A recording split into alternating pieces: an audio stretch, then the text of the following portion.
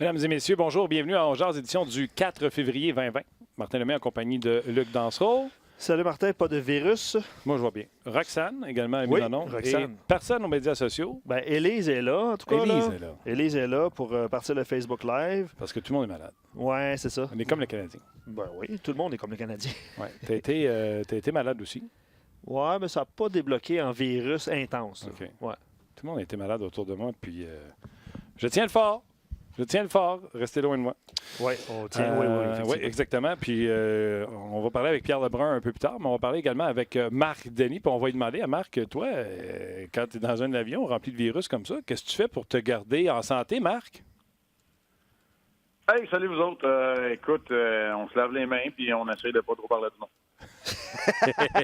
Ben, merci Marc d'avoir été là. On a à nos places des comment je dirais ça, des antibactériens là, pour les mains, là, pour se laver les mains, là, des gels alcoolisés là, pour se laver les mains. Fait que tu l'utilises 2-3 fois dans ton vol. Puis...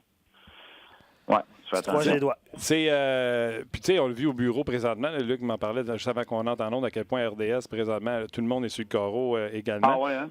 As-tu déjà vécu ça, toi, que ce soit comme joueur ou avec le Canadien? Je sais qu'il y a une couple d'années, il y avait eu ça après virus, là, fait venir Calinette dans le vestiaire ou je sais pas qui. Là.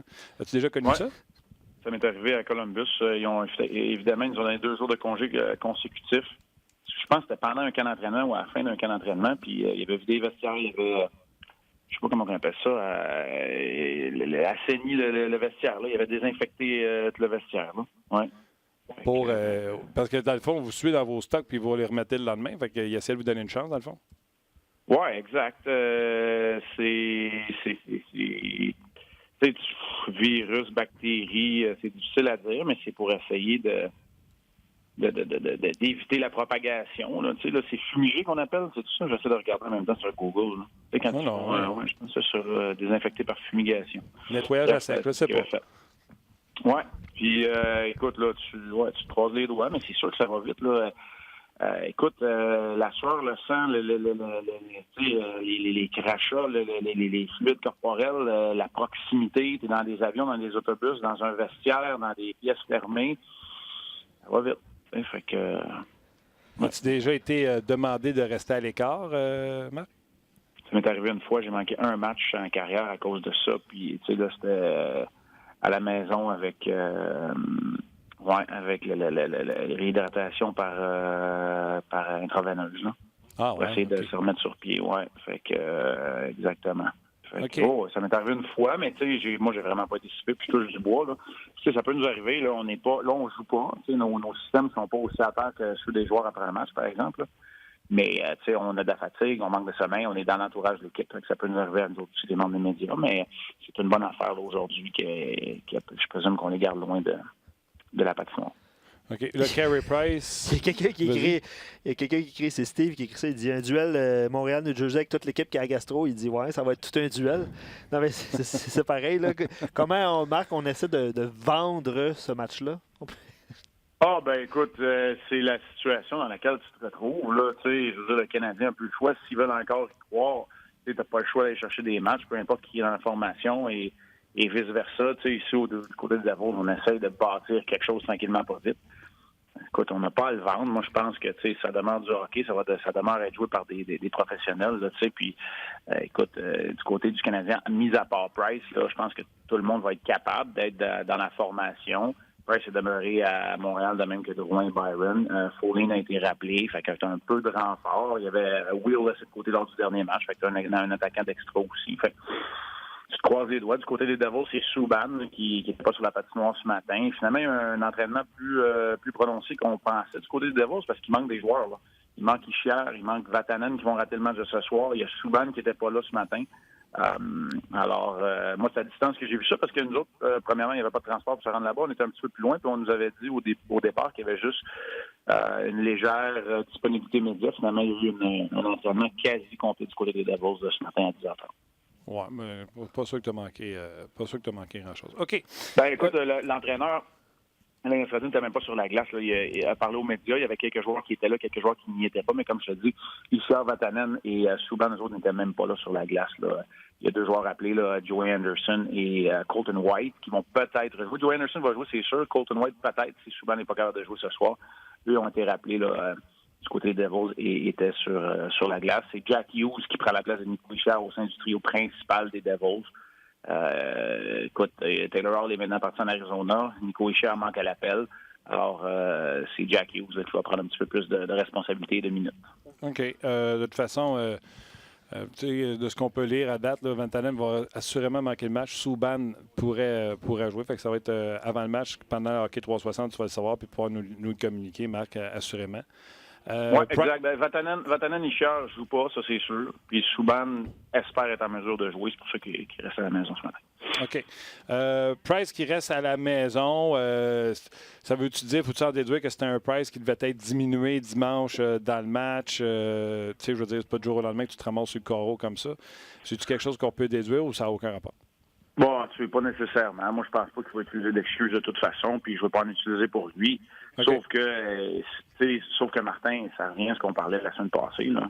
Tu sais, on en a parlé à Buffalo, c'est que là, tu demandes beaucoup à un seul joueur, puis 3 matchs en 3 jours et demi, puis tu l'as mis devant le filet tous les soirs, puis je ne sais pas dans le cas de Carey Price, moi je vous l'ai déjà dit, là, je pouvais perdre jusqu'à 7-8 livres dans un match. Je les regagne parce que c'est principalement de la déshydratation, mais ça demeure que ton système est à terre.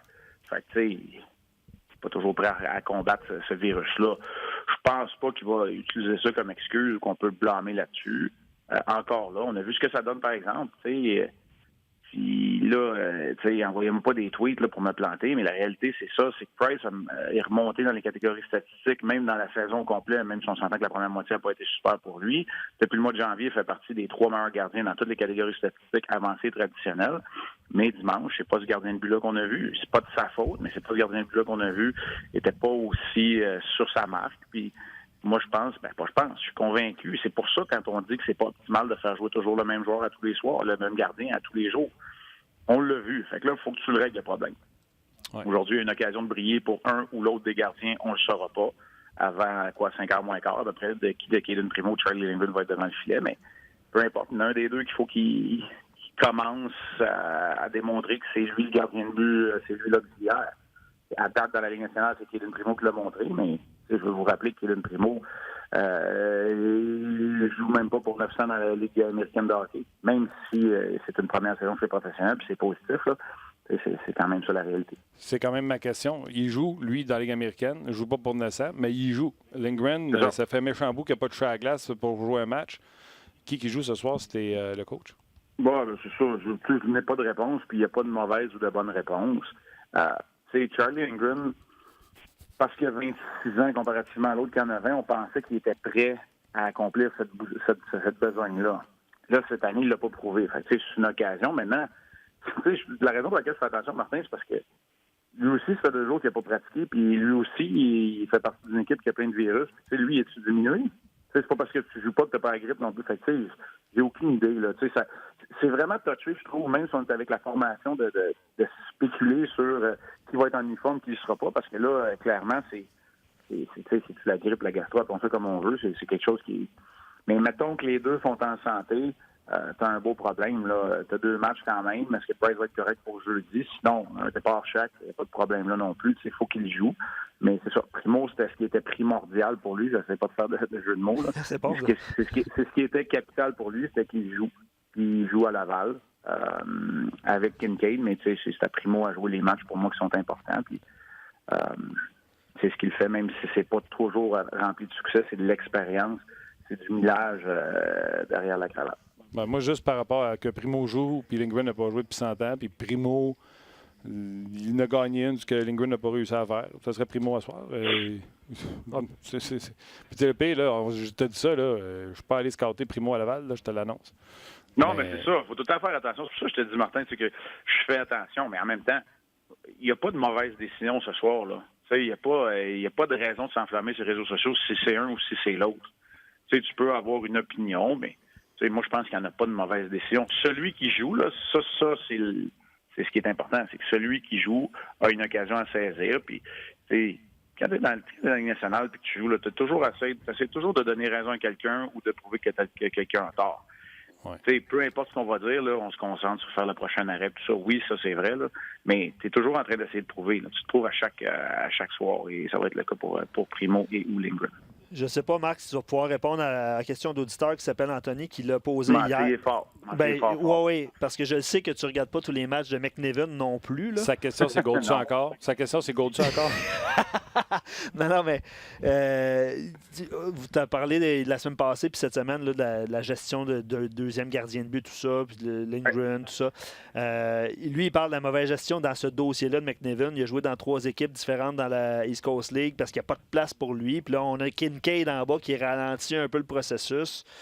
Je sais que tu ne vois pas McNiven tous les jours, là, mais qu'est-ce que tu penses de ce dossier-là qui en est un? Parce qu'il y a des bonnes statistiques, puis sa progression a ralenti par rapport à l'année passée parce qu'il ne joue pas dans la Ligue américaine. Oui, puis je me suis informé de cette situation-là parce que, comme tu le dis, c'est très dur des matchs de la ICHL à voir, à scouter. Puis, à un moment donné, entre regarder du hockey midget pour mon club junior, puis regarder mon club junior, puis regarder des matchs de la Ligue nationale de hockey, maintenant on en a plein les bottes. Là. La réalité là, dans ce qui se passe, la situation elle a été causée par le fait que le Canadien n'a pas d'équipe dans les CHL attitrées. Donc, le 3e gardien de la Ligue américaine se promène entre les formations, joue quelques matchs, qu'il connaisse du succès ou pas, c'est souvent lui qui se retrouve comme la 5e roue du carrosse, donc se fait tasser. C'est ce qui est arrivé dans le cas de McNiven, mais il y a une partie de responsabilité aussi quand même qui revient au gardien de but. Il doit aussi là, démontrer de la maturité dans ça. Puis, écoute, c'est parti, comment je te dirais ça, responsabilité partagée un peu. Quoique c'est pas de la faute de McNiven si le Canadien n'a pas d'équipe dans la ACHL. Ceci étant dit, il aurait mérité un meilleur sort, mais je suis pas convaincu qu'il va recevoir un contrat passé cette saison, McNiven non plus. Alors, tu sais, faut faire attention là-dedans. Mais trop-tu où on entend que côté attitude, c'était pas super, mettons, dans le passé?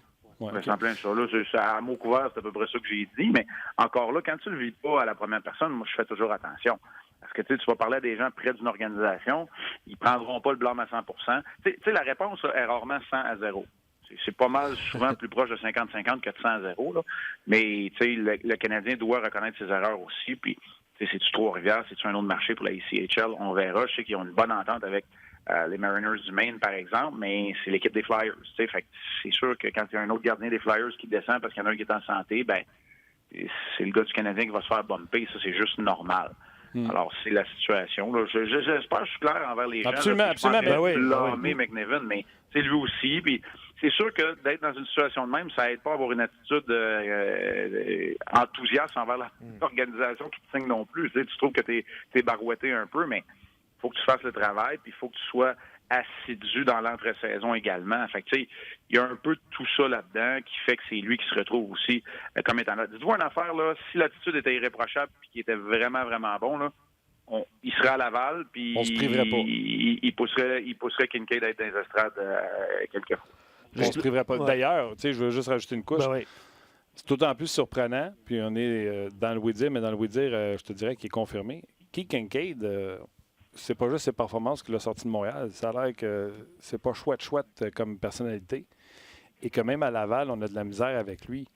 Puis en plus, les résultats sont pas là. Fait que ça devient doublement patate chaude. Tu sais, quand on se demande pourquoi les Rockets sont peut-être pas en série, là, on n'a pas tout. Comme dit souvent Guy, on n'a pas toutes les informations de ce qui se passe dans l'aéroport. Puis il y a des informations qui sont bien gardées et c'est correct aussi parce que tu plantes pas un jeune ou un joueur ou un coach parce que c'est pas toujours la faute des joueurs non plus. Tu sais. T'apprends de tes erreurs. Alors, tu sais, il y a des joueurs qui avaient des mauvaises attitudes quand ils étaient jeunes, qui l'ont amélioré. Puis, je dis tout le temps la même affaire. Moi, je pense que je suis reconnu pour avoir une bonne attitude, peut être un travaillant, mais savoir à l'époque ce que je suis aujourd'hui, j'aurais sûrement été un meilleur professionnel. J'aurais joué plus, moins, différemment, mais j'ai aucun regret. Mais, tu sais, c'est pas mal sûr que c'est pareil pour toi, Martin. Absolument. Tu ferais sûrement des affaires quand tu as commencé en sachant avec les informations qu'on a aujourd'hui. Là. Ça, c'est... Ouais, la réalité pour tout le monde. C'est pas juste au hockey. On appelle ça l'expérience. Ouais, l'évolution, l'expérience. Puis mon père, malheureusement, n'arrête pas de me dire ça s'acquiert, ça ne s'achète pas. Puis c'était fatiguant quand il disait, mais il avait raison. OK. Plusieurs autres sujets, Marc, par rapport au match de ce soir. Je pourrais même aller sur la question, puis je vais le faire. Je vais prendre la question que Luc a posée aux gens parce que les gens commencent à interagir là-dessus. Moi, je pense qu'il n'y a pas photo, même si les Devils n'ont pas une bonne saison. Luc s'est amusé à dire prenez-vous Ischier, Jack Hughes ou Payling, KK puis Caulfield. Puis là, moi, j'ai dit à Luc, il faudrait être fair. Tu as pris 3 premiers choix du Canadien, il faudrait que tu prennes 3 premiers choix avec Ty Smith du côté des Devils. Puis je vais te donner une chance, je vais rajouter Romanov. Fait que de quel bord tu tranches pour le meilleur futur, les Canadiens ou les Devils? Ouais, mais là, tu sais, comme tu as dit, c'est parce que Hughes et Shaw, c'est les premiers au total. Exact. Tu sais, c'est pas sûr que la comparaison est juste, mais je veux dire, dans mon organisation, je prends Payling, Caulfield, Romanov. C'était qui ton autre? Là? Il en manque un. Suzuki. En tout cas, je ne sais pas c'est qui t'a nommé. Bref. J'avais mis Kotkaniemi. Kotkaniemi, ouais. Tu sais. Là, pour l'instant, je suis obligé de te dire, je prends Hughes, Ishia puis Ty Smith, là, mais je trouve pas ça juste là, pour le Canadien, honnêtement, parce qu'il... Je veux dire, OK, Kotkaniemi, 3e, mais tu ramasses un joueur de génération au premier rang. Tu ramasses Dallin, tu ramasses Hughes, tu ramasses... Bon, Ishia puis Hughes, on verra, là, c'est des joueurs générationnels, là, mais bref... c'est ça. Moi, je vais défendre Luc en disant... Non, mais c'est pas... Non, mais je vais défendre Luc en disant... après. C'est ça, je pense que... Je te dis pas que c'est pas une bonne... Non, t'inquiète pas. C'est pas une bonne question. Non, mais je vais te défendre dans le sens que ça fait juste montrer qu'ils ont eu le premier au total. Ouais. Puis, exemple, l'année de Ischier, je prends Elias Pettersson avant, je prends Iskanen avant. Tu comprends-tu? Fait que le premier choix n'est pas garant de tout, puis le temps nous le dira sur Richard puis Jack Hughes. Fait que moi, la façon dont je l'ai vu dans la question de Luc, c'est de dire c'est pas si pire que ça, même si eux ont eu 2 premiers au total. Oui, c'est ça. Ça fait partie de notre sujet d'ouverture. D'ailleurs, ce soir, là, on va en parler. Là. C'est pas toujours gage de succès non plus d'être mauvais puis de repêcher très haut. L'autre affaire, puis là, je vais revenir, puis là, ça va me permettre de parler de Kotkaniemi. Un repêchage, là. On peut-tu attendre 5 ans avant de l'évaluer comme il faut? C'est très bon. Ça, Ben, honnêtement, avec le Spire, c'était bon. Là, je protège pas. Je protège pas Kotkaniemi ou Trevor Timmins ou peu importe qui, ou les Devils. C'est un fait, là. Je veux dire, regarde, là, c'est HockeyDB là, qu'on utilise beaucoup là, pour les repêchages. Allez sur HockeyDB, repêchage 2019, il y a 4-5 gars qui ont des stats dans la Ligue nationale. Dans 5 ans, là, il va en avoir une cinquantaine, une centaine, puis là, on va l'analyser, puis on va regarder ça. C'est pas une science exacte. Ça, on le sait déjà, même quand on prend les repêchages. Les premiers repêchages que j'ai été en 95, c'est pas une science exacte. Mais 2, quand ça fait 5 ans, tu commences à avoir un échantillon intéressant de l'impact de chacun des choix, des rondes. Tu vas voir. Bref, tu vas avoir une meilleure idée de ce qui se passe. Bon, paniquez pas avec les repêchages. Encore là, c'est une bonne question que tu poses, Luc, parce que c'est ça, l'idée du show, c'est on jase. Hein? On peut en parler. Mais, Kotkaniemi puis Brady Tkachuk, c'est sûr que les 2 premières années, Brady Tkachuk, il y a 1 an de plus, il est plus mature, puis lui, son identité est claire. Kotkaniemi, on va attendre un peu. Ça veut-tu dire que c'est bon, que c'est pas bon? C'est sûr que dans les 2 premières saisons, j'aurais pris Brady Tkachuk, mais j'aurais probablement pu vous le dire dès le repêchage. Que pour les 2 premières saisons, je prends Tkachuk, après ça, on verra. C'est ça un repêchage, c'est on verra. C'est une projection. Non, je suis d'accord. Fait que j'aime ça parce que les seuls repêchages qu'on peut fesser, c'est 2015. Noah Gilson, Luka Vejdemo, 2014, Sherbak, Leonard. Dans le fond, il nous reste Jack Evans de tout ça. Oui, bon, là, tu vois, là, tu peux le regarder. Puis je suis pas mal sûr là, que si on faisait le HockeyDB, ces repêchages-là, là, tu commences à voir des équipes qui en ont 2, 3, des équipes qui en ont pas pantoute. Là, tu verrais un échantillon qui est pas complet, évidemment, là, ça fait 5 ans, mais un échantillon qui te dit, bon, le repêchage, il y a 5 ans, a aidé les équipes. C'est sûr que quand tu repêches premier ou deuxième, ou quand dépendant de quand tu repêches premier, là, la première année, tu es pas mal la seule équipe qui a un impact de ce repêchage-là. Là. Ah oui. On s'entend, c'est pas mal le seul joueur qui peut avoir un impact. Encore là, Jack Hughes, cette année, c'est un excellent joueur de hockey, je vais le prendre à mon équipe n'importe quand, mais il a 6 buts. Ben, c'est ça. C'est pour ça que j'ai posé la question. Regarde, Marc, honnêtement, puis je vais prendre des commentaires parce qu'il y en a plusieurs en même temps. Yannick Cloutier, il dit c'est incomparable. Il dit incomparable, voyons, avec LOL, avec Jack Hughes. Mais si on transfère ce même joueur-là à Montréal, à sa première saison, premier choix repêchage, 43 matchs, 6 buts, 11 passes, je pense qu'on serait déçus. Parce qu'on est déçus dans le cas de Kotkaniemi, même chose. Puis je sais que Marc, tu veux parler de Kotkaniemi, mais c'est pour ça, je le sais que c'est un choix au premier choix, puis c'est peut-être générationnel, mais peut-être que nos attentes... Allez voir les stats de Joe Thornton sa première année à Boston. Ben, c'est un peu ça. Je vais prendre d'autres réponses avant d'enchaîner, mais J'essaie de le retrouver. Ça défile rapidement. Patrice Roy dit pour l'instant, je dis les deux des Devils. Parce que Caulfield, évidemment, il n'a pas joué dans la Ligue nationale. Nous, on le connaît, puis on pense qu'il va marquer des buts. Mais il dit Kotkaniemi rétrogradé, Pelling fait la navette Laval-Montréal. Bon, il dit Ischier, jamais rétrogradé, 57 points à sa première saison. Hughes est encore très tôt pour l'évaluer, mais là, on a nommé son nombre de points. Puis Ischier, présentement, il a 32 points en 46 matchs, 13 buts. C'est un peu... C'est pas suffisant. C'est ça. C'est un peu ça qu'on voulait mettre en perspective aujourd'hui. Puis, Hey, vous êtes excellent dans vos réponses. Tu t'es gâté. C'est le fun, Marc, parle-moi de Kotkaniemi qui a la confiance de ses entraîneurs. À Laval, ça? Oui. Ben, écoute, t'en parlais, moi, j'aime ça. Tu sais, Joël Bouchard, il va le coacher, puis il va apprendre. Il va apprendre en faisant moins mal à une équipe. Tu sais, c'est pas pour le planter. Quand Ryan Poehling perd sa bataille contre Pierre-Luc Dubois, ça se retrouve dans le filet. Puis là, ça amène les chances du Canadien de faire les séries. Tu sais, dans le cas de Kotkaniemi, il faut qu'il apprenne. Il faut qu'il le fasse de la bonne manière, mais il faut qu'il soit capable.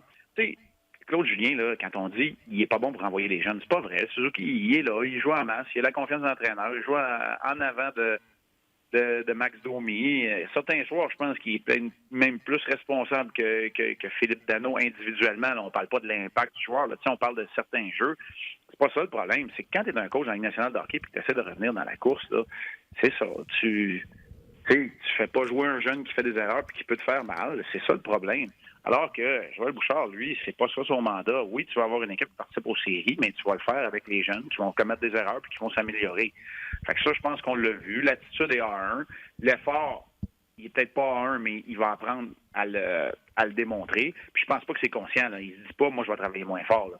C'est juste comprendre la constance, c'est toujours le défi. Là. Ça, on en a parlé souvent, là, c'est le défi de tous les jeunes joueurs. Mais la constance dans l'effort, l'engagement, c'est comme tu veux, là, après ça, le sentiment d'urgence, blablabla, mais c'est ça. Quand tu vas avoir la constance dans l'effort, ben là, tu vas dire on est arrivé à quelque part avec Kotkaniemi. Et ça s'apprend dans la Ligue américaine, parce que c'est une bonne ligue de hockey.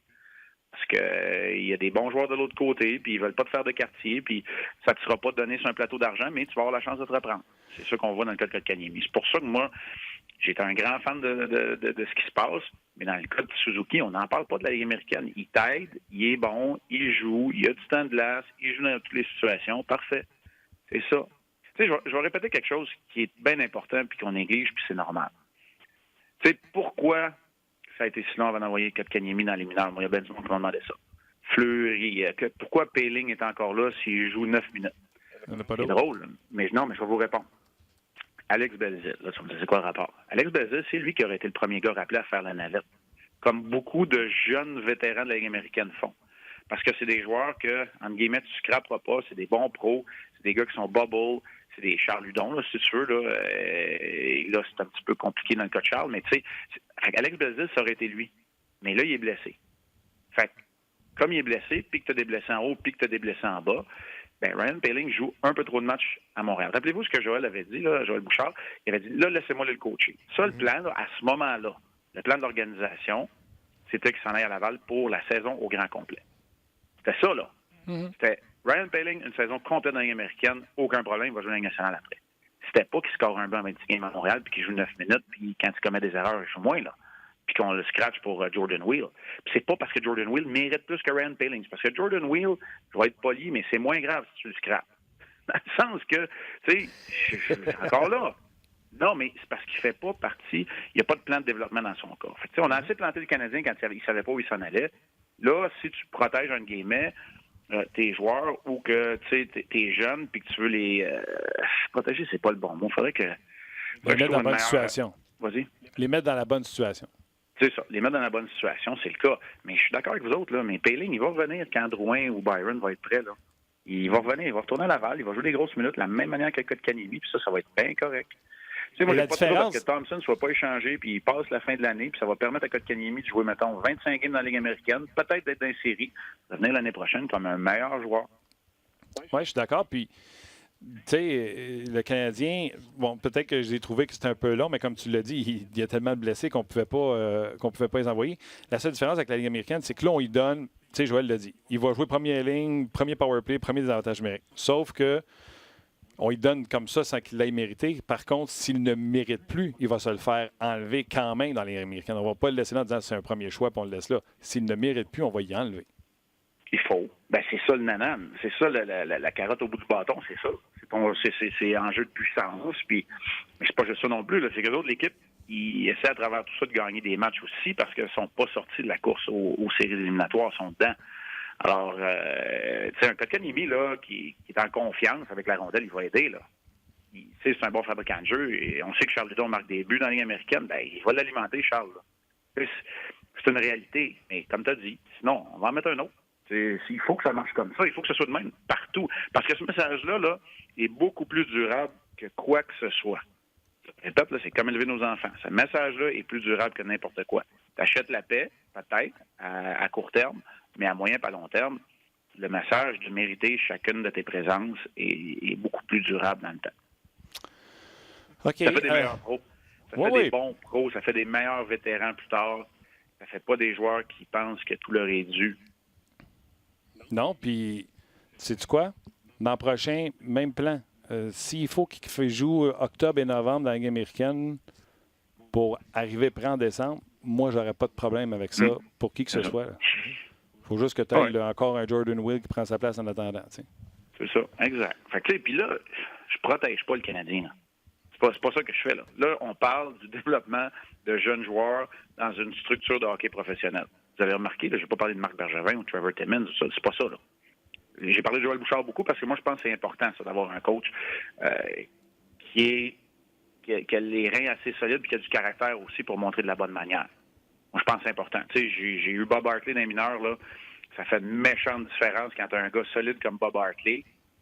Puis là, c'est pas petit, je l'aime, là. C'est un super monsieur comparativement à Steve Sterling que j'ai eu à la fin de ma carrière quand je suis retourné à Norfolk une demi-saison. Puis que là, c'était comme, écoute, je te le dis, là, petite anecdote comme ça, là, tu sais, là, je suis retourné.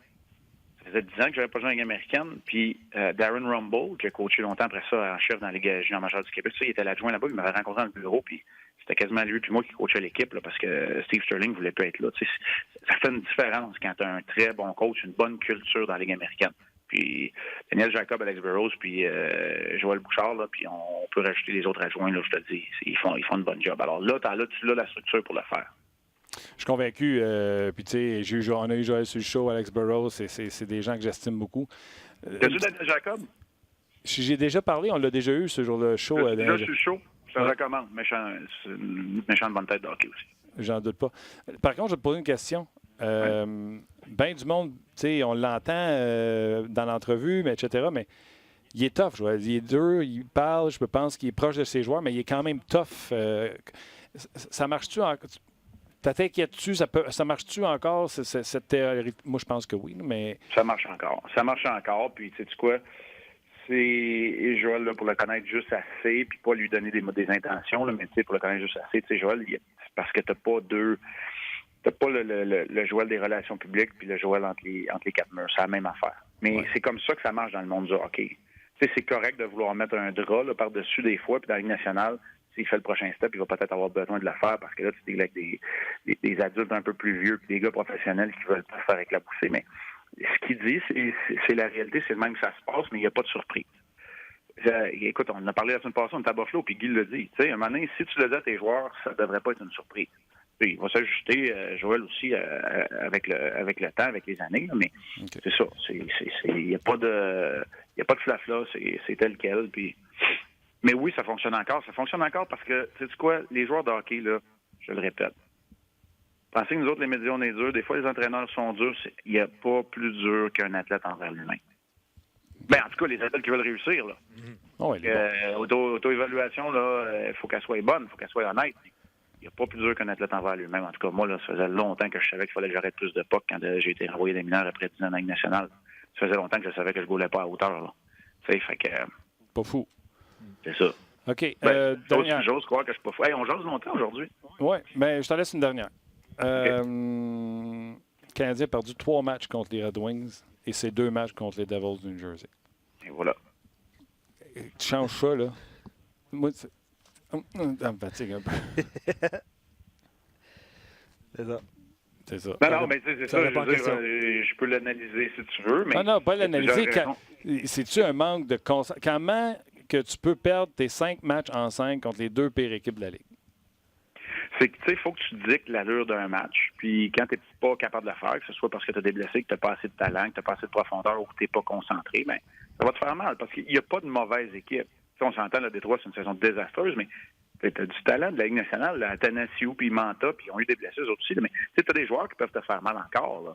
C'est des joueurs de la Ligue nationale de hockey qui ont du talent. Donc ça fait mal. Mais tu sais, ça peut être ça. Puis là, tu peux regarder ça puis te dire, ouais, mais Kincaid en a perdu une, puis Lindgren a perdu une contre Détroit aussi. C'est que ton auxiliaire, il faut qu'elle gagne ces games-là. Le Canadien n'a pas eu. Puis la dernière affaire, c'est que c'est à domicile, là. Tu as perdu des matchs contre ces équipes-là à domicile. Fait que, tu sais, ton rendement à domicile contre les mauvaises équipes, puis ton auxiliaire, écoute, fais juste un mélange de tout ça. Là. Mais ni une ni l'autre des 3 statistiques à 100 là, mais là, juste 50 de mieux, puis le Canadien est au cœur de la course. Ouais. Mais je vais répéter ce qu'on disait au début de l'année. C'est une équipe au cœur de la course. C'est pas une équipe qui aspire aux grands honneurs. C'est pas pareil. Mais... Ouais. Pas au cœur encore. OK, je te laisse te préparer. J'aurais pu te parler de Frederik Andersen, savoir si tu aimais ça de faire foncer de même. Mais, mais Pézic, là, il a fait tout un match hier. Là. Lui, c'est un tour du chapeau puis il sort le goaler numéro 1. Wow. Mais c'est Vatrano qui est rentré dans le goaler. C'est Vatrano qui est rentré dans le goaler? Je pensais que c'était Pézic. Oui, c'est Vatrano. J'allais dans mon pool, fait que je porte une attention à lui en particulier. C'est drôle, hein? Je suis avec Martin Brière hier, puis lui, c'est Frederik Andersen qui est dans son pool. Fait que lui, ça le dérange un peu plus. Oh! On le salue. Hey, on te regarde ce soir. On rappelle, le match est à 19h, donc 360 sera là à 18h30. Écoute, on est en train de travailler sur quelque chose de quand même intéressant. Je pense bien qu'on va avoir Alain Lefebvre, l'entraîneur-chef des Devils, en entrevue live pendant le warm-up. C'est quelque chose qu'on fait rarement. Ah oui? Et Alain Lefebvre, c'est mon ancien capitaine avec les Saguenay de Chicoutimi. Bon, ben, c'est un bon Jack. En plus, on l'a vu dans le podcast Max et Bruno. Donc, on te souhaite méchant bon gars. Bonne soirée, mon Marc, puis on te regarde. OK, bye. Salut, bonne soirée. Match ce soir, tu l'as dit, 19h. Je vais prendre quelques commentaires rapidement sur Facebook. On vous invite tout de suite à rejoindre. Département. À nous rejoindre. Transactions et rumeurs s'en vient avec Pierre Lebrun. Ça, on va écouter ça et regarder ça sur rds.ca seulement. Vincent Tardif revient sur la question du jour par rapport aux espoirs. Là, il dit, dans tous les cas, ce sont des gars qui ont besoin d'être bien entourés avec les Devils. Même si ta ligne de centre est faite, même si tes 2 premiers centres sont là, c'est une question évidemment de profondeur à ce niveau-là.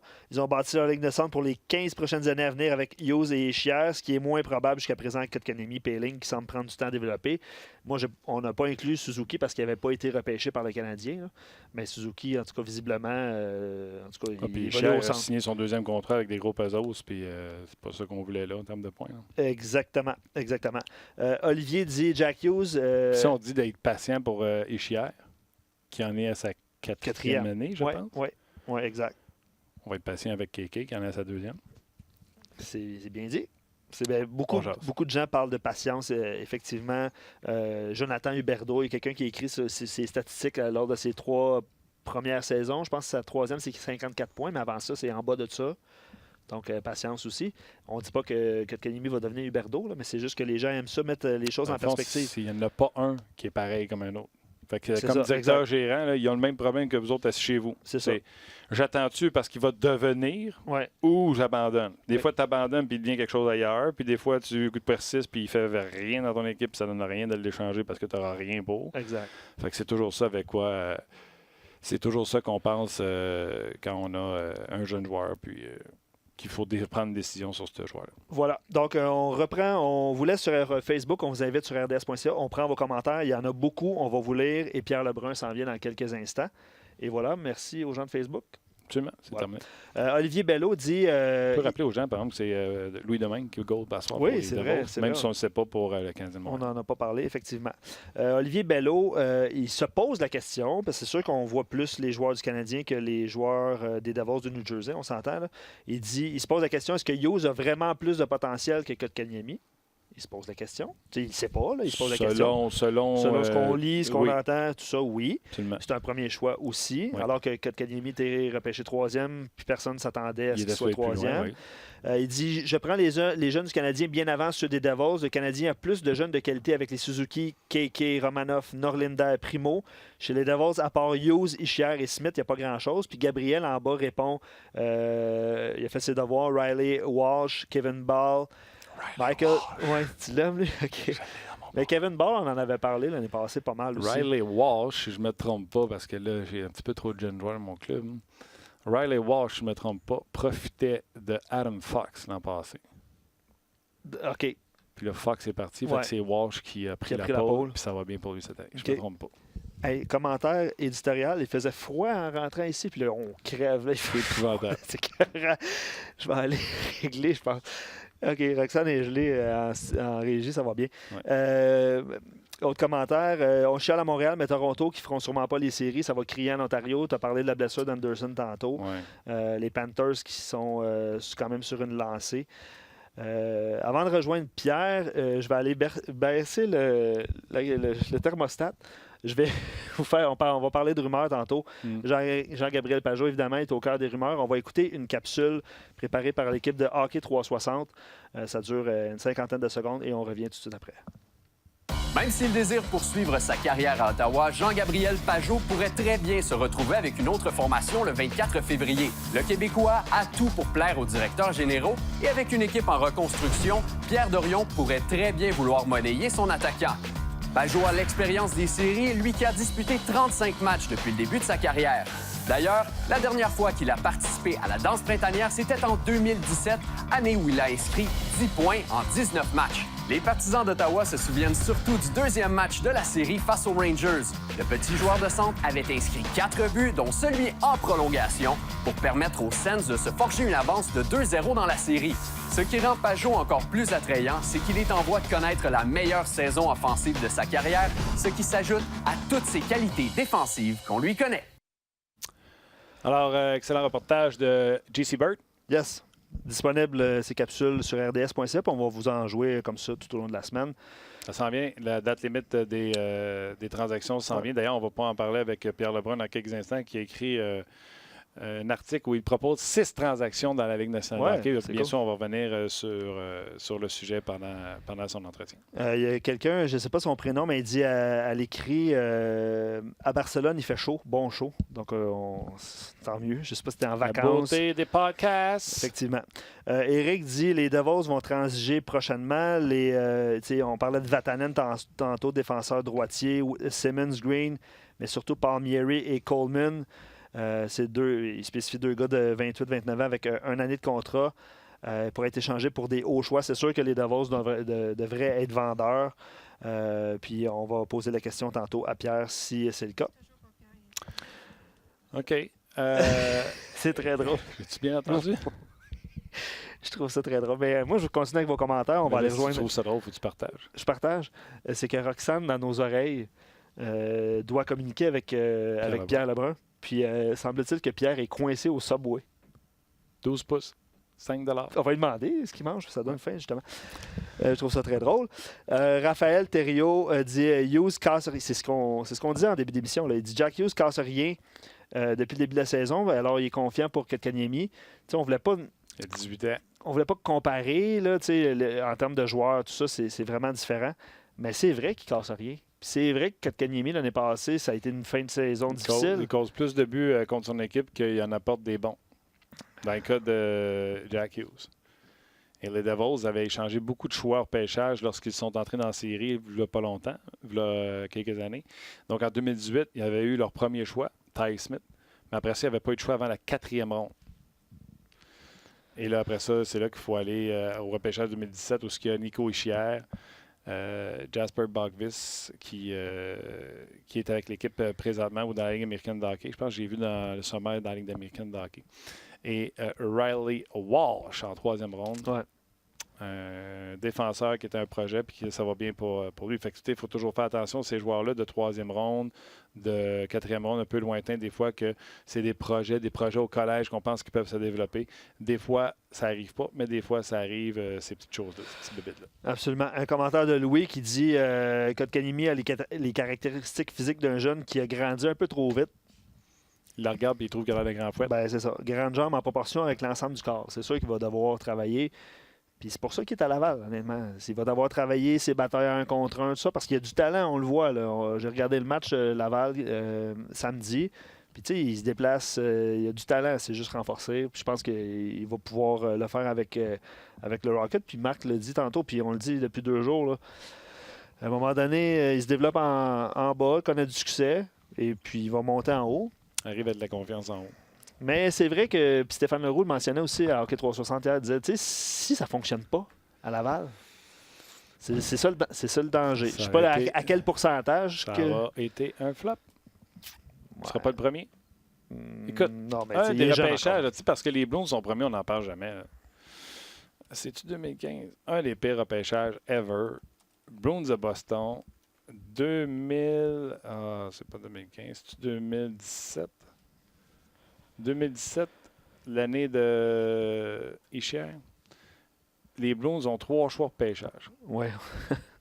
Zboril. Oui, c'est Sushkin. Oui.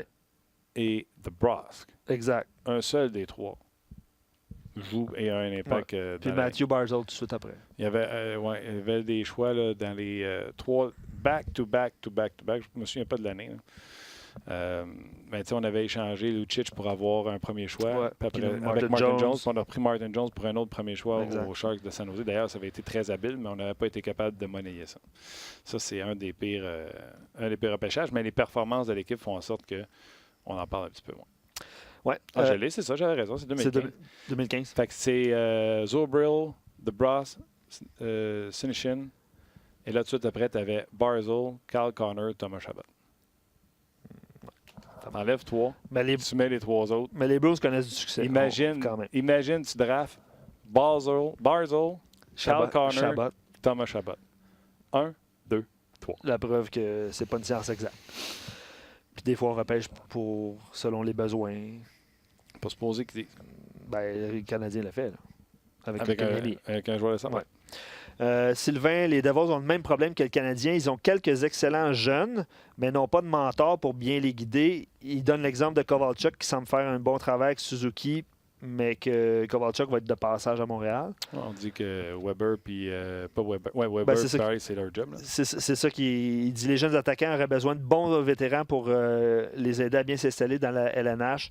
Weber est bon pour les défenseurs qui arriveront. Mais lui, il parlait plus d'offensive et d'attaque. C'est l'opinion de Sylvain.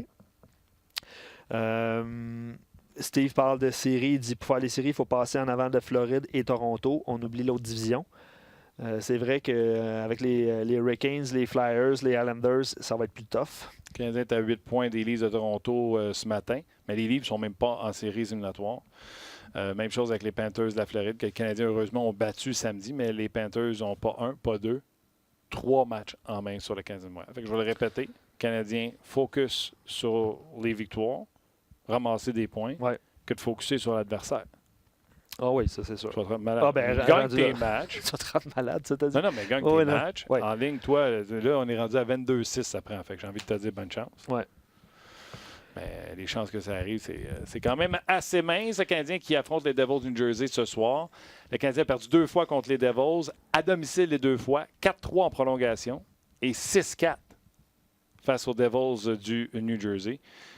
Et je le disais tantôt avec Marc Denis, c'est ce qui fait que le Canadien est où ce qu'il est présentement. Tu prends ces matchs-là où le Canadien a échappé devant les pires équipes de la Ligue. À domicile. Ah oui, à domicile, c'est l'affiche est. Tu sais, la défaite en prolongation, donc il y a déjà un point, là, mais c'est 5 défaites. Fait que rajoute 9.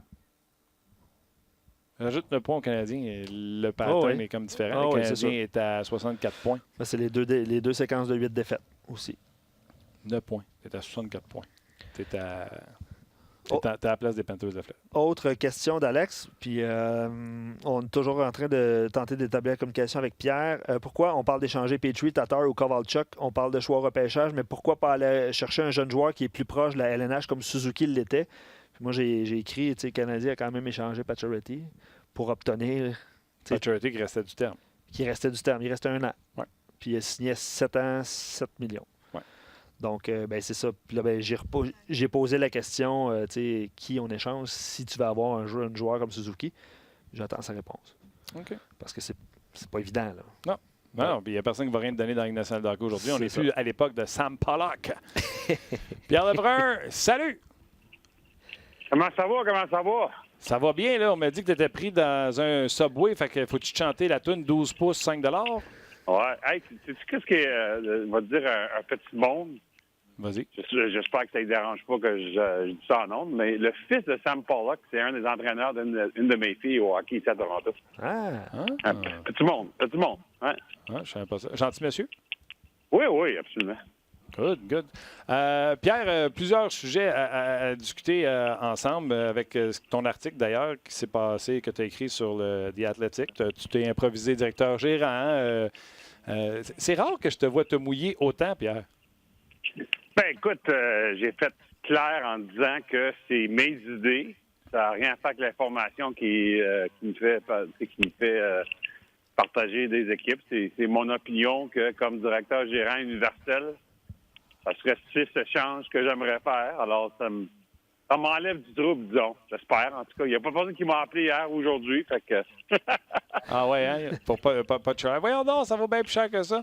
Écoute, dans le style des Blues de Saint-Louis, la première transaction que tu marques, c'est Chris Kreider qui pourrait venir aider les Blues. Tu verrais Chris Kreider dans un rôle avec Schenn et Schwartz pour les aider sa première ligne ou tu le verrais sur un rôle de 3e trio? Ben, je pense que ça changerait pendant que Craig Berube expérimente avec un nouveau joueur. T'sais. Des fois, tu commences sur une ligne, puis ça change. Puis, mais je peux te dire que c'est un joueur absolument que les Blues ont sur leur liste. Ça ne veut pas dire qu'ils vont l'avoir. Puis, il faut aussi se rappeler que si Tarasenko ne revient pas avant la fin de la saison régulière, les Blues ont beaucoup d'espace de plafond salarial. Il faut encore décider de ce côté-là, par exemple. Oui. Mais il va falloir... Doug Armstrong était sur mon podcast il y a quelques semaines, directeur général des Blues, puis il m'a dit que à peu près une semaine avant la date limite des échanges, on devait faire une décision sur Tarasenko pour savoir s'il revenait avant la fin de la saison régulière ou non, pour savoir qu'est-ce qu'on peut dépenser avant la date limite. Ça, c'est clair comme plan. C'est clair. Eux doivent savoir, un peu comme Chevel Day, je suppose que j'ai entendu ça, ils doivent savoir combien ils ont de budget avant d'essayer de magasiner une maison. C'est ça, justement. Puis dans le cas de Chevel Day Off, comme Frank Cervelli a fait le reportage hier pour CSN, ça s'en va vers probablement, on va terminer le contrat.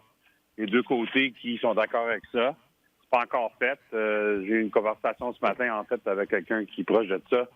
C'est pas encore fait, mais c'est le but des deux côtés finalement, de s'enlever du contrat, que Bufflin devient joueur autonome, puis etc. Mais ça donne aux Jets c'est 7,5 millions sur le plafond salarial. Oui, ce qui n'est pas rien. Puis je vais revenir à ton article sur les transactions, mais je vais juste sauter sur le sujet de Bufflin parce que puisque tu en parles. Y a-t-il quelqu'un qui a parlé? C'est quoi? Il veut plus jouer au hockey? C'est pour les Jets qu'il veut plus jouer? Il a fait un burn-out? Qu'est-ce qui est arrivé avec lui? Non, il fait aucune entrevue. Je m'ai essayé plusieurs fois, puis parce que je connaissais des années qu'il gagnait des coupes à Chicago. Ben, il a gagné une coupe à Chicago. Et puis, non, il veut pas parler. Il veut pas s'expliquer. Ça n'a rien à faire avec les Jets. Ça a à faire avec est-ce qu'il veut encore jouer au hockey dans l'international. Il y a eu beaucoup de blessures durant sa carrière. Puis, tu sais, c'est un peu comme Andrew Luck, là. Peut-être qu'il s'est levé cet été et s'est rendu compte est-ce que je vais encore faire ça. Ça ne veut pas dire qu'il ne jouera pas encore. Il n'a pas pris sa retraite, mais c'est sûr que présentement, son cœur n'est pas là-dedans. Puis, écoute, le timing n'a pas été bon pour les Jets parce que si les Jets ont reçu ça avant, on n'a même pas de signer Ben Charrot ou Taylor Myers, après qu'on ait forcé d'échanger Jacob Trouba. Ça aurait peut-être changé les choses, surtout peut-être dans le cas de Ben Charrot qui aurait été le moins cher des trois. probablement que Ben Sherrod serait encore à Winnipeg si on savait que Dustin Byfuglien ne revenait pas. C'est fou, hein, à quel point un joueur peut avoir son équipe en otage. Oui, exactement. Fait que, écoute, ça va être important pour les Jets si ça se déroule comme présentement, on espère. Puis, je suis pas mal sûr que si les Jets peuvent rester dans la course, puis ils sont encore dans la course, ils vont aller essayer d'aller chercher un défenseur avant la date limite. Oui, mais ça, les défenseurs, d'après moi, comme à chaque année, ça va être très rare parce que plusieurs équipes en cherchent. On va y revenir. Je peux y aller tout de suite. Tu as parlé des Hurricanes de Caroline dans ton article. Eux vont tenter de remplacer l'offensive de Dougie Hamilton. Pour eux, tu as parlé d'un gars que j'aime beaucoup, mais que ça a été très difficile au New Jersey, Sami Vatanen. Oui, Sami Vatanen qui vraiment n'a pas bien joué à New Jersey depuis son échange à Anaheim. Des fois, ça arrive de même, là, mais dans son cas, ça a été difficile. Mais c'est un joueur, évidemment, qui va être joueur autonome le 1er juillet. C'est pas 100% que les Devils n'essaient pas de le signer, mais je te dirais qu'en général, c'est probable qu'on va l'échanger. Puis les Hurricanes de Caroline, je sais qu'ils ont de l'intérêt dans Vatanen, ont de l'intérêt dans Brennan Dillon. Écoute, chaque défenseur que tu vois dans les rumeurs, la Caroline a déjà appuyé sur lui. Ça, je peux garantir. Fait que, on verra qui arrive avec lui, mais c'est un gars Vatanen qui pourrait aider plusieurs équipes parce que c'est un droitier qui joue à gauche et à droite. Ça, c'est rare, ça. Habituellement, les droitiers, ils jouent seulement à droite. Mais lui, il est capable de jouer les deux côtés. Puis écoute, Vegas, selon moi, serait un bon fit aussi. Vegas, ils ont besoin de défenseurs, mais il y a plusieurs équipes qui peuvent rentrer là-dedans, incluant Toronto, sur le côté droit. Non, absolument. Puis c'est pour ça que je te dis, les défenseurs. Et de là, la question de dire n'importe quel défenseur, non parce qu'il est bon, mais parce que c'est rare. Ça va-tu coûter un deuxième ou tu penses que ça pourrait même... Parce que là, dans l'article, tu marques un deuxième pour Vatanen, mais la rareté fait peut-être que ça va être rendu un deuxième et un jeune espoir, un premier choix. Oui, ça se peut bien que c'est un deuxième et un jeune espoir. Je ne suis pas convaincu d'un premier choix. Les premiers choix, là, je pense que l'année passée, il y a juste 2 premiers choix qui ont été échangés pour des joueurs de location. Un c'était pour Matt Duchesne et l'autre, c'était pour Kevin Hayes. À part de ça, il n'y en a pas eu d'autres premiers choix qui ont été utilisés dans les échanges de joueurs de location. Oui, il y a eu un premier choix dans l'échange de Brandon Montour, mais c'était un échange quasiment du mois de juin, mois de février. Oui. Puis l'autre, je vais essayer de me rappeler c'était qui l'autre premier choix. En tout cas, il y en avait un autre, mais ça aussi, c'était pour un joueur qui... Jake Muzzin, Toronto. Ouais. Un joueur qui reste à 2 ans. Ouais. Puis, tu penses que Kreider, les Rangers vont être capables de faire comme Kevin Hayes, sortirait un autre premier choix? Bien, c'est ça qu'ils veulent faire. C'est ce qu'ils ont communiqué aux autres équipes qui ont partagé ça avec moi. C'est une chose de le demander, c'est l'autre chose de l'avoir. Mais je pense qu'il y a tellement d'intérêt sur Chris Kreider. Il y a déjà 8 équipes qui se sont prononcées avec les Rangers pour faire sûr que les Rangers ne font rien avant de le rappeler. Fait que c'est beaucoup d'intérêt. Je pense à cause de son style de jeu. Hein. C'est un style pour les séries. C'est un bon patineur. Écoute, c'est un bon joueur de hockey, finalement. Alors, je pense qu'ils vont être capables d'aller chercher leur premier choix, mais ils veulent avoir un jeune espoir aussi avec lui, comme on a fait l'année passée. D'ailleurs, on a été chercher un choix de première ronde et Brendan Lemieux pour Kevin Hayes. Qui était... En tout cas, Kevin Hayes a nécessairement une bonne réputation parce que même les Flyers, ils ont déroulé le tapis rouge pour l'amener du côté des Flyers. On va rester dans le département du deuxième choix. Je m'appuie sur ta liste, mais je reviens de temps en temps quand tu dis des choses qui est sur ma liste de questions. Tu as écrit cette semaine que le Canadien demanderait un deuxième choix pour Kovacic. Oui, c'est ce que certaines équipes m'ont dit, parce que je pense que des équipes seraient peut-être prêtes à payer un 3e choix d'ici le 24 février. Mais là, c'est de savoir si le Canadien serait prêt à sortir ou non. Puis quand j'ai partagé l'information en fin de semaine, je pense pas que le Canadien était prêt à faire un 3e choix. C'est sûr que les choses peuvent changer. On est habitué à ça.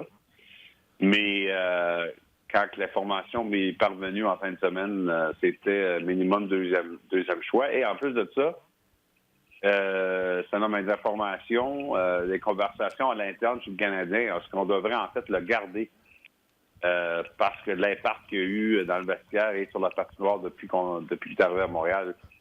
Je te dis pas que moi, ça serait ce que je ferais, mais je veux juste, encore une fois, partager l'information. Si le deuxième choix était sur la table, est-ce que Kovacic serait déjà parti, selon toi? Ouf, très bon choix. Très bonne question. Pas sûr. Vraiment, là, je suis pas sûr. Il va l'attendre? Je Je pense que le Canadien n'a pas encore enlevé leur espoir de la saison. Je comprends que c'est des c'est pas des bons odds, comme on dit en anglais, mais tu sais, c'est New Jersey, Anaheim cette semaine, ensuite un gros match avec Toronto.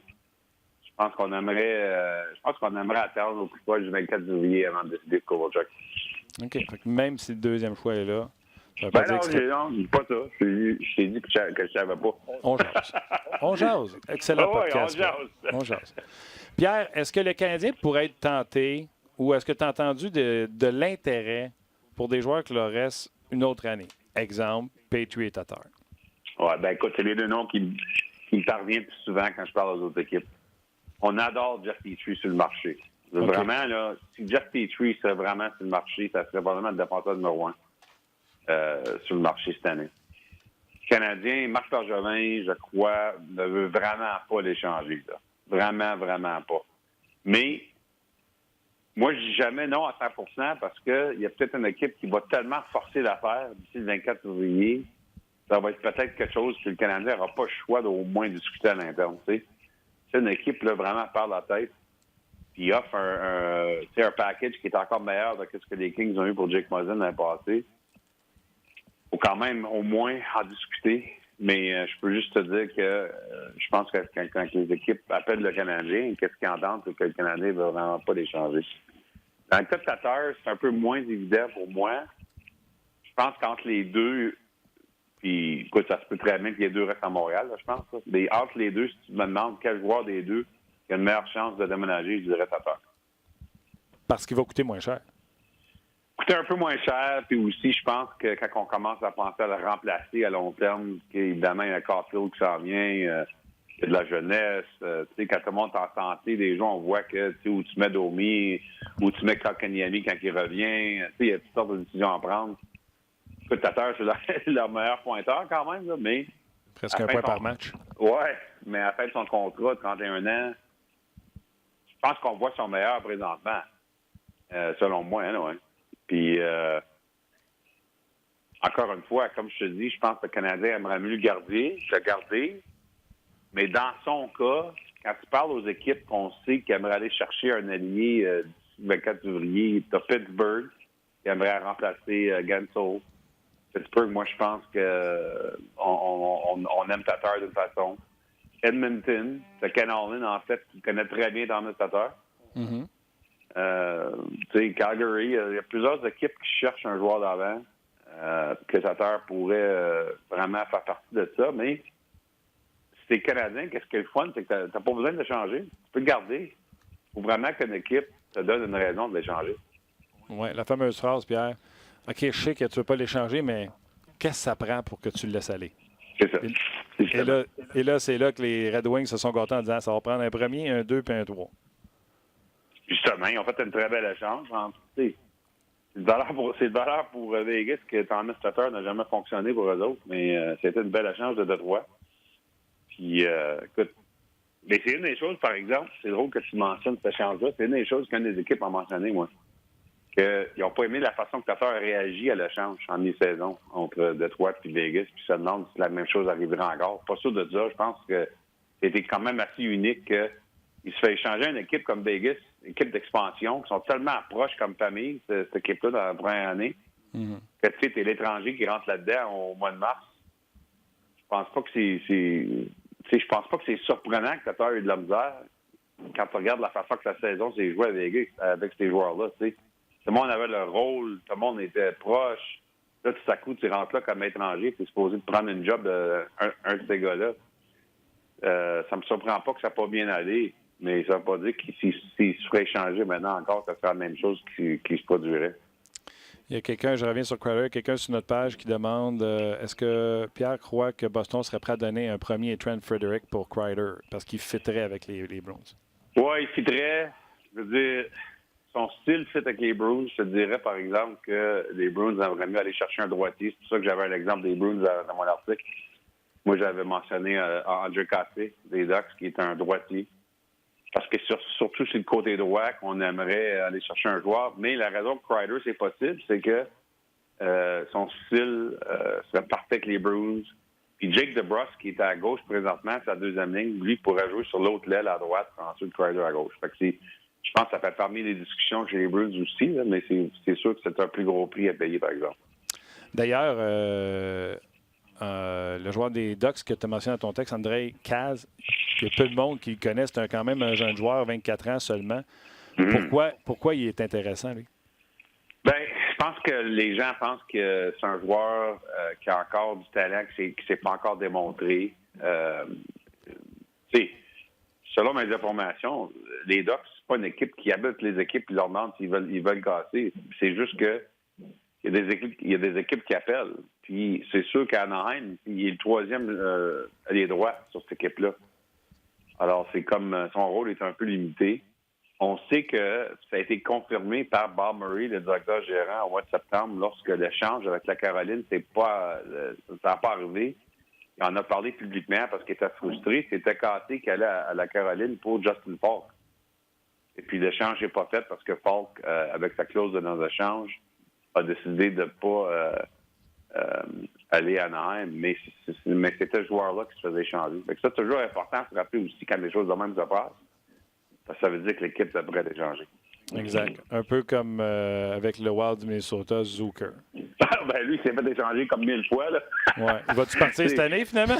Non, mais c'est tellement bizarre dans son cas, parce que c'est pas des rumeurs de médias. Là. Ça a été absolument confirmé que Calgary, Minnesota, à date limite, il y a un an, avait un échange pour lui. En fait, c'est Frolik, je pense, un choix de première ronde ou deuxième ronde qu'il a au Minnesota.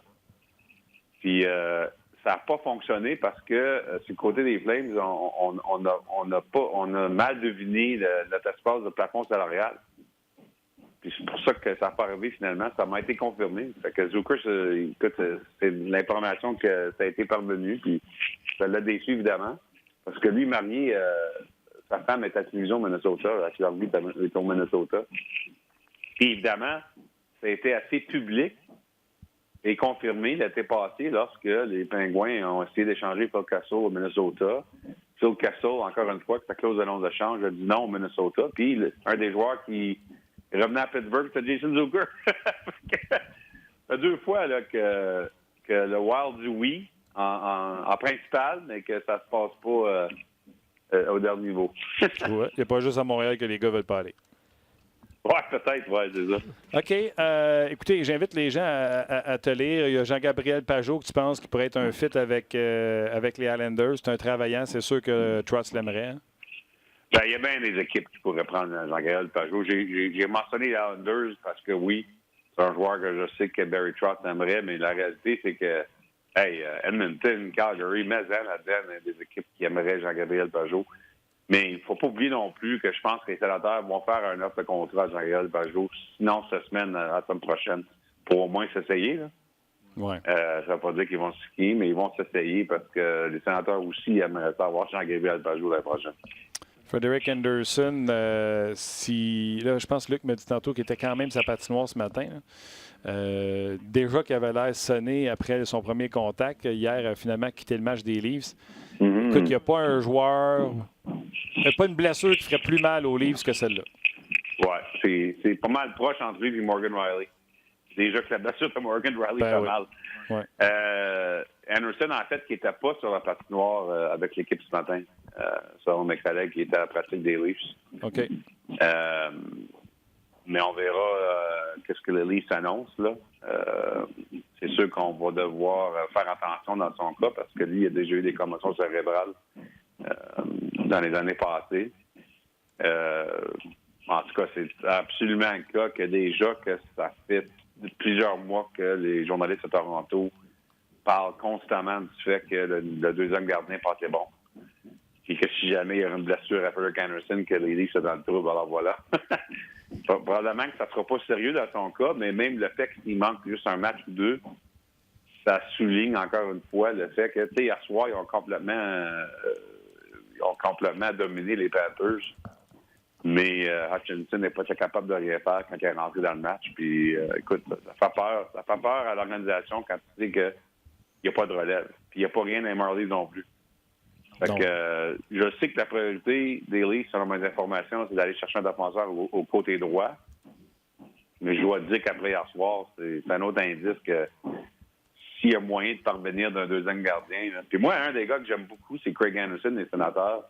Le problème, c'est que son chiffre de plafond salarial à 4,75 millions, c'est beaucoup trop haut. Puis on sait que les Leafs n'ont aucune flexibilité pour manœuvrer là-dedans, mais ça prendrait évidemment un sénateur qui veulent payer la moitié du contrat, etc. Mais ça, c'est un gars, moi, Craig Anderson, que ce soit Toronto ou une autre équipe, qui ont besoin de l'assurance en cas que notre numéro 1 se blesse. Moi, c'est le gars parfait. Là. Déjà que dans les séries, il connaît une très belle chiffre. Puis, écoute, son contrat se termine le 1er juillet. Ça fait vraiment le numéro 2 parfait, selon moi. Écoute, dans les deux gros marchés de Montréal et Toronto, à la fin de la saison, si les deux équipes ne doivent pas faire les séries, ça va chialer contre les directeurs gérants qui ont été incapables d'avoir un gardien de but numéro 2. Ouais, c'est un bon point. Écoute, même débat. Oui, non, c'est ça. C'est important parce que déjà, dans le cas de Carey Price, évidemment, on espérait chez le Canadien avant la saison de limiter son total. Je pense à l'entour de 55 matchs. Évidemment, ça ne serait même pas proche. Puis on comprend pourquoi. Il faut qu'il joue. Puis on n'a pas de confiance. Kincaid, ça n'a pas duré longtemps. Puis ensuite, Lindgren, je pense pas qu'il y ait de confiance en lui non plus. C'est difficile, mais ils ne sont pas seuls. Comme tu dis, Toronto, ça fait toute l'année qu'on est là-dedans. Puis il y a d'autres équipes aussi. Fait que pas tout le monde que la situation de Boston avec deux gardiens numéro 1. Non. Pour ceux qui nous écoutent en direct, le 13h05, ça a été annoncé qu'Anderson, day-to-day, avec une blessure au cou. C'est Hutchinson qui joue demain contre les Rangers. Voilà. Ouais. Blessure au cou. Pas facile. OK, dernière question, Pierre. Mes informations me disent que tu t'es entretenu avec un de mes préférés, Dale Talon. Barkov blessé, on dit au jour le jour. Eux sont certainement sur le marché et je présume qu'un peu de toughness peut-être en défense leur ferait du bien? Oui, monsieur. Tu connais très bien ton sport. Oui, j'ai parlé avec Del Talon hier. On a passé un peu de temps à son hôtel. C'est toujours tellement le fun de parler avec Del Talon.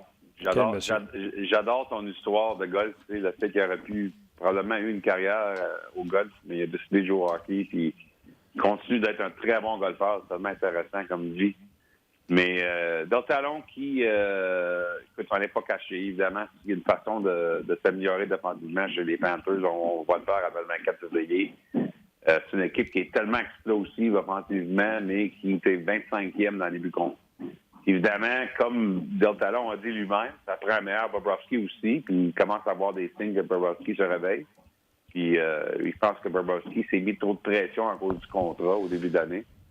Mais à part de ça, c'est sûr que même si la Ligue 2, je pense que c'est une équipe, les Panthers, qui peuvent vraiment... Tu sais, s'ils peuvent aller chercher un Brendan Dillon à San Jose, comme un exemple, là, ça serait le fun pour eux autres, je pense. Oui, c'est lui, j'avais, avec son contrat de 3 270 000. Andy Green, peut-être, avec les Devils, ça mène pas beaucoup de grit, mais un vétéran. Oui, des smart, oui. Oui, ça serait un autre exemple, je suis d'accord avec toi. OK. Bon, ben Pierre, le rush time commence. Là, d'ici au 24 février, on veut avoir toutes les nouvelles, que ce soit sur TSN ou sur RDS ou sur ton fil Twitter, on te suit. Puis on espère que tu vas nous sortir des histoires. Voilà, ben oui, c'est ça le job. Parfait, bon, ben, bon Subway, puis on se jase bientôt. Oui, c'est temps de manger. Merci. OK, bye. On va espérer que c'est un sandwich fret, pas chaud. Oui, souhaité. Puis, je sais pas, il avait l'air en train aussi. Je sais pas. On dirait que le train est en train de décoller. Quelques commentaires avant de se laisser rapidement. Francis nous écoute. Il dit, dans le fond, le Canadien est dans le trouble. Il dit Bergevin est en amour avec ses joueurs. Pas question d'échanger Price. J'ai dit ça. Weber, Petrie, peut-être Kovalchuk. Il dit pourtant que le club est dans les bas-fonds puis ils devraient tous être à vendre. Oui, mais c'est parce que c'était avant tout l'an prochain. Oui. T'es à la même place. Qui joue l'an prochain? Là, le choix numéro 2 ne jouera pas. Ben, puis ceux qui ont raté le début d'émission, on parlait de jeunes qui allaient en bas pour se développer. Ça, là, tes échanges, là, c'est pas comme tes échanges, tu en as un prendre sa place l'an prochain. C'est ça. Il y avait on n'a pas de gars qui s'en vient! Une couple de questions sur Max Domi, évidemment, qui devient joueur autonome avec compensation. Puis Alex, il rappelle que c'est Andrew Shaw qui l'avait pris sur son aile l'année passée, tout ça. Des questions pour Max Domi. On pourrait en parler dans les semaines suivantes de Max Domi par rapport à son contrat, parce que visiblement, les gens peut-être souhaitent que c'est peut-être lui qui va partir éventuellement aux transactions plutôt que Tatar et Petrie, par exemple. On aura l'occasion de s'en reparler. Domi, je pense qu'on en avait parlé. Je pense qu'il est rendu à l'an 5 de service dans la Ligue nationale de hockey, c'est ça? Il avait compris un contrat de 2 ans avec le Canadien de Montréal. Eh, mon Dieu, je suis dans les pétages, j'ai écrit Arizona pour voir son salaire. OK, on vit dans le passé. On vit dans le passé. Ouais, il a 25 ans. Max Domi, il a joué, c'était un contrat de 2 ans avec le Canadien. Ouais. Et 3,150. Ouais. Puis avant ça, bon, c'était 5 ans avec les. C'est ça, avec les. Avec les Coyotes? Avec les Coyotes. Fait que tu sais, tu pourrais lui donner 1 an pour qu'il prouve avant d'arriver, il était dans l'obligation de le signer pour un long terme. Dans le cas de Max Domi, je pense que c'est ça qui va arriver. C'est ça. Puis, autre commentaire, pourquoi tout le monde veut l'échanger? C'est un joueur 24 ans qui peut jouer à l'aile, au centre, qui a le goût de jouer à Montréal, qui a du caractère, qui réussit à amasser des points quand même. C'est une moins bonne saison cette année, mais est-ce qu'on doit échanger tous les joueurs qui connaissent des mauvaises saisons? Parlez-en à Josh Anderson, on n'a pas parlé, mais il y a un but cette année. Il y en avait quoi, 26, 27 l'année passée. Il fait partie des rumeurs là, récentes là, de ça revient à la même affaire. Tu connais une trop grosse saison l'an passé, puis cette année, c'est une erreur de parcours, ou l'an passé, c'était l'erreur de parcours, puis ça, c'est le vrai Josh Anderson. Exact. Tout le monde se pose tout le temps ces questions. Exactement, puis c'est pour ça qu'on jase avec vous tous les jours, du lundi au vendredi. Excellent podcast, comme tu dis souvent. Match ce soir, 19h. RDS. Et RDS2, vous aurez d'un autre angle également. Tu vas bien si vous voulez suivre le match canadien-Devils, je vous conseille de syntoniser les deux parce que des fois, Canadien-Devils, au palais. Ça pourrait être plus divertissant avec l'équipe à Mathieu. Ce soir, ce sera Bruno, Max et Guy qui seront là, donc à surveiller d'un autre angle. Merci à toi, Luc. Yes, merci Martin, également à Roxane à la mise en onde. Et Élise qui est là. Élise, es-tu là? Ben oui. Ben, t'es là tantôt. Salutations, Élise. Yes. Qui est venu frapper comme frappeur suppléant. Ouais. Merci beaucoup d'avoir été là. On se rejoint demain midi.